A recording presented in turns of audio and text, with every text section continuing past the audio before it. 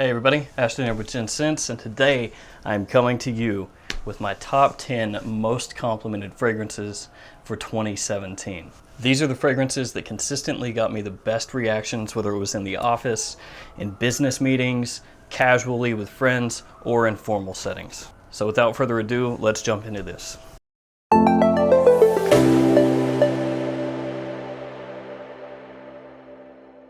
I want to make something known that should be obvious, but a lot of my most complimented list has to do with what I wore the most. And it's going to be like that for all of you out there. If you wear something way more often than something else, there's a much higher likelihood you're going to pull compliments from that first fragrance more than the second one, just because you had it on more often.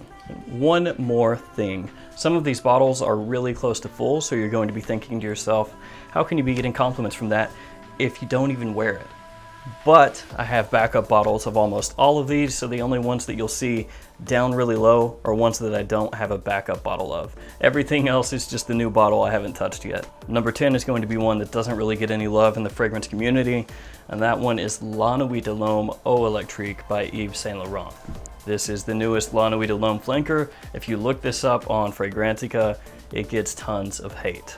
Dominant notes here are lavender, apple, geranium, and tonka bean, and it's pretty close to Versace Eros in parts. Really, it's almost like a toned down, refined version of Versace Eros. It's got a fresh sweet open with apple and citrus, and a warm dry down with vanilla, tonka, and lavender. This one is versatile. It can be worn to the office, it can be worn to the club, it can be worn casually. It's something that's just easy to throw on. Like I said, a more refined Eros, and women love it. Number 9 is my wife's personal favorite, so a lot of you out there are going to know what this is. It's Pineapple Vintage Intense. Main notes here are pineapple, birch, and ambergris. This is a Creed Aventus clone, so if you weren't aware of that, this is basically like Parfums Vintage's take on Aventus. And if you're going to buy one of the Pineapple Vintage releases, in my opinion, this is the one that you should get.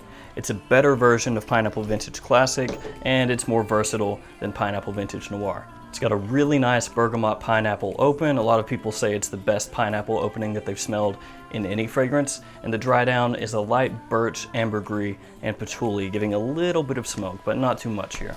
It's one of the best alternatives to Creed's Aventus, but it is on the higher end in terms of price as far as Aventus alternatives go. Number 8 is a really clean fragrance, very sophisticated, very easy to wear, especially in the office. It is Prada L'Homme.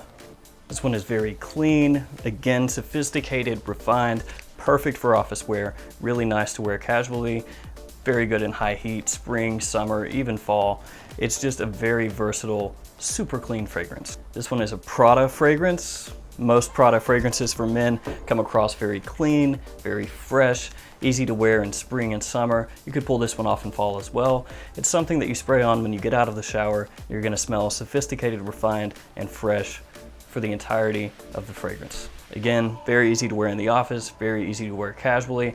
It's one that you spray on the high heat and go, and it's gonna give you a little bit of a refined edge over the other people that might be wearing something a little sickly sweet. Number 7 is one that I've talked about a little bit this year. It is Guerlain L'Homme Ideal Cologne. Main notes here are grapefruit, almond, and orange, and this is really quickly becoming one of my absolute favorite fragrances to wear when it's warm outside. Right away, this has a really refreshing citrus blast with a creamy almond.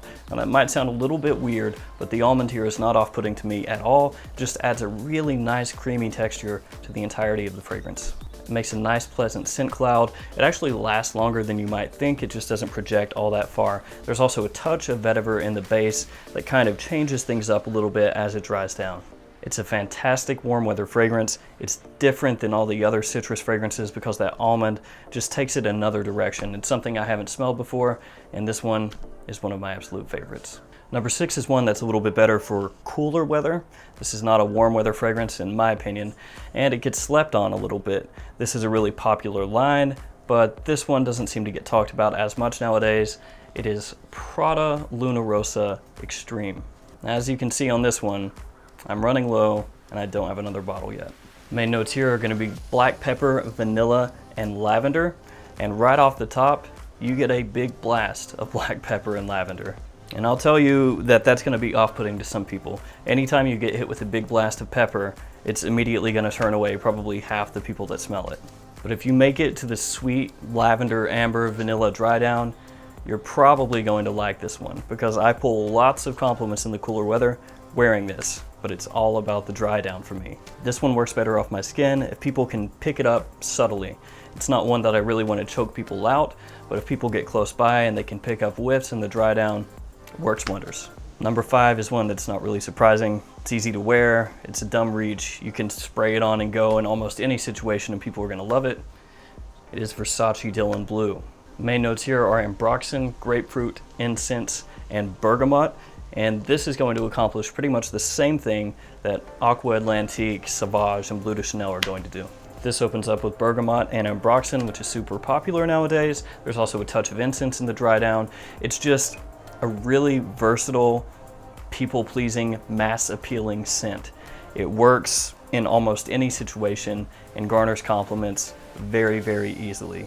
If you wear this all the time around people, you will get compliments. If you watch my most complimented list from last year, you'll see that Pure Havane was on there. Pure Havane, for whatever reason, works really well off my skin. I pull compliments like crazy wearing that in fall and especially winter. It's not on the list this year, but that's because it's been replaced by Xerjoff Naxos. This has tobacco, honey, lavender, and tonka. And the reason that I don't wear Pure Havane anymore is because I started wearing this instead. Now this is more expensive, obviously, but in case you're unaware, this is considered a niche version of Pure Havane. It opens very warm and rich with citrus and lavender, dries down to a really nice sweetened tobacco. There's honey, vanilla, and spice with that tobacco note. It's really well done. If you really like Pure Havane and you have the chance to check out Naxos, then do so, because it works wonders. Number 3 is another one that's not really a big surprise as far as compliments go. My wife loves this one. It is a banging club scent. It's Jean Paul Gaultier Ultra Male. And this is my backup bottle. My original is down here. This has dominant notes of pear, vanilla, and cinnamon. And like I said, in my opinion, this is the best club fragrance on this list. The opening is really sweet, almost sugary. It's like a sugared pear with a touch of cinnamon on the side. The dry down has warm vanilla, amber, vanilla, and the cinnamon still. It's really, really nice. It can be overpowering, so don't go too heavy if it's going to be really hot where you're going, but women love this fragrance. It gets compliments every time, or almost every time. All right, we're into the top 2. Now, if you wanted to, you could possibly argue that number 2 is so high up because of the frequency with which I wear the fragrance. I'm not gonna argue that, but it is a good compliment getter in its own right. The fragrance is Creed Green Irish Tweed. If you're on a budget, you could pick up Armaf Très Nuit, which is a clone of this fragrance. There's also Armaf Le Parfait, which is a clone of this fragrance with a little touch of Aventus, or even Davidoff Cool Water. Main notes here are lemon verbena, iris, violet leaf, and ambergris. And there's also lavender here, even though it's not an official note. This one is just green, fresh, and sophisticated. It's supposed to smell like going through the Irish countryside. It smells fantastic. It's one of my absolute favorite fragrances.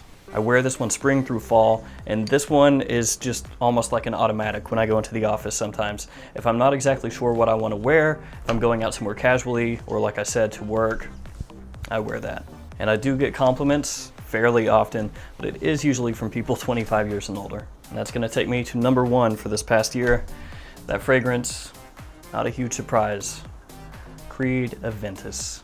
And I have 5 bottles of this, which is kind of overkill, but there are batch variations. So if you're unaware, some batches might smell smokier than others, some may smell fruitier than others. And there are tons of clones of Creed Aventus. There's Insurrection Pure 2, L'Aventure, Club de Nuit Intense Man, on and on and on. Main notes here are pineapple, birch, and black currant. The opening is pineapple with a blast of black currant. It's really well done, smells great.